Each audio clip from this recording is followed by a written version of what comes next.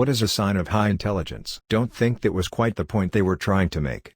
It isn't that you can't be proud of your intelligence and be intelligent. You stop being intelligent once you start letting what you think you know contradict what is being proven to you. When someone shows you case after case of something being true, but it goes against what you were taught, so you dismiss it as false, you are no longer intelligent. Not bullshitting, but instead just flat out saying that they don't know about some subject or the answer to some particular question. It's endemic among kind of clever people that they will just combine some small amount of knowledge with a general ability to blag it. Genuinely very clever people know exactly what they're talking about. But, still like anybody else, only sometimes. So they're willing to learn about the other stuff. Side effect, they're also very good at spotting bullshitters. I had this old colleague once. He was very experienced in his field. Every now and then he would introduce a very silly idea, just to see who would follow him, and who dare to contradict. At some point he would say, "Forget the last 10 minutes, that was just bullshit." At some point I called out his bullshit in a meeting and was much more appreciated by him after. I only realized this later. I thought he was just trying to be the funny guy at the time. Intelligence isn't just a scale like some people think. People aren't just smart and stupid, people are good at some things and bad at others. My father, for instance, has a PhD and yet he doesn't know how to put on a spare tire when he gets a flat. I get straight A's in college, and yet am awkward as hell when it comes to most social situations. Maybe it runs in the family? I know people who aren't academically smart, but who were very successful. One of my close friends made tens of thousands of dollars selling drugs in HS, but failed most of his classes. He later started a very successful plumbing business and makes tons of money. My dad's the same.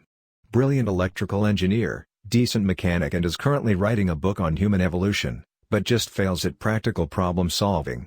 He couldn't understand how anyone could own a pickup truck in Phoenix because if you buy ice cream at the grocery store when it's 115 degrees, how are you going to get it home without it melting? You know groceries can ride in the cab with you, right, Dad? Or maybe strap a cooler down in the bed? When I was in high school, I was hospitalized for a week, came back to school and aced an honors biology test that I didn't read the material for. And at the same time, I have about a 50-50 chance to detect whether or not someone is being sarcastic or not. It's all Einstein's tree-climbing fish. I'm not sure about this one. I taught college math for some time, and have had the full range of students, some who studied a lot and asked lots of questions, and some who mostly coasted. Occasionally there'd be smart students who didn't work hard in a particular class and did well, but generally the students who were obviously working harder, asking questions during and after class, coming to office hours, sending emails, and so on, tended to display more depth of learning. Additionally, some people work harder than you might realize. I've had this conversation with colleagues often. When we were students, other students who decided we were smart also just decided that it must be purely natural and we must not study. But sure, learning a particular subject might come easier to one student than another. It's often subject-based, though. For example, I know at least one PhD mathematician who taught college math for a while who had a pretty easy time with most of his math classes, except screw graduate abstract algebra, but barely squeezed out a D in a history course as a senior in undergrad. But hey, D is for diploma. I should also point out that in my experience, the not having to study thing runs out for nearly all students eventually.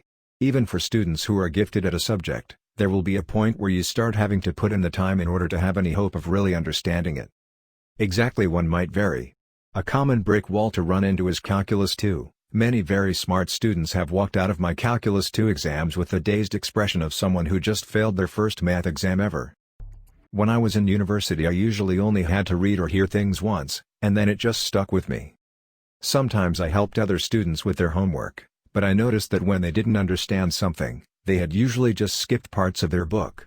And a lot of poor students just kept on reading when they didn't understand a sentence, as if they were just trying to get through all the words instead of trying to understand what was written down. While if they went through the material slowly and methodically, in the proper order, there was usually no problem.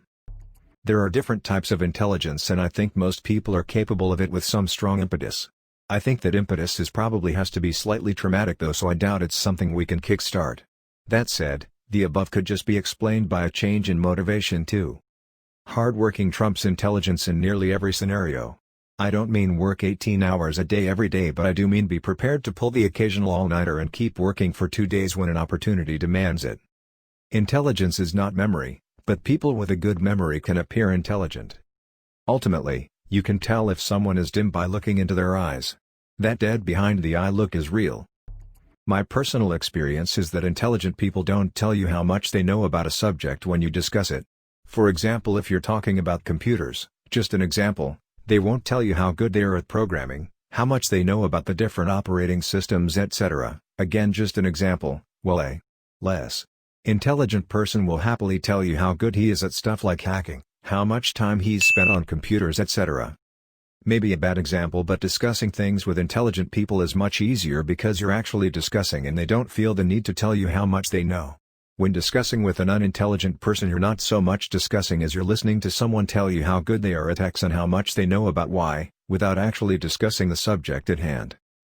Look, I've maybe said this a bunch because people love asking about intelligence, and I'm not a damn expert, but here goes. Intelligence is like the wisdom, intelligence, charisma, etc. in D&D. They have subtle differences, and some favor specific situations, but they still count as a major part of the character. Say Merle. I can be intelligent in an academic sense but lack all charisma, or I could be wise yet lack intelligence.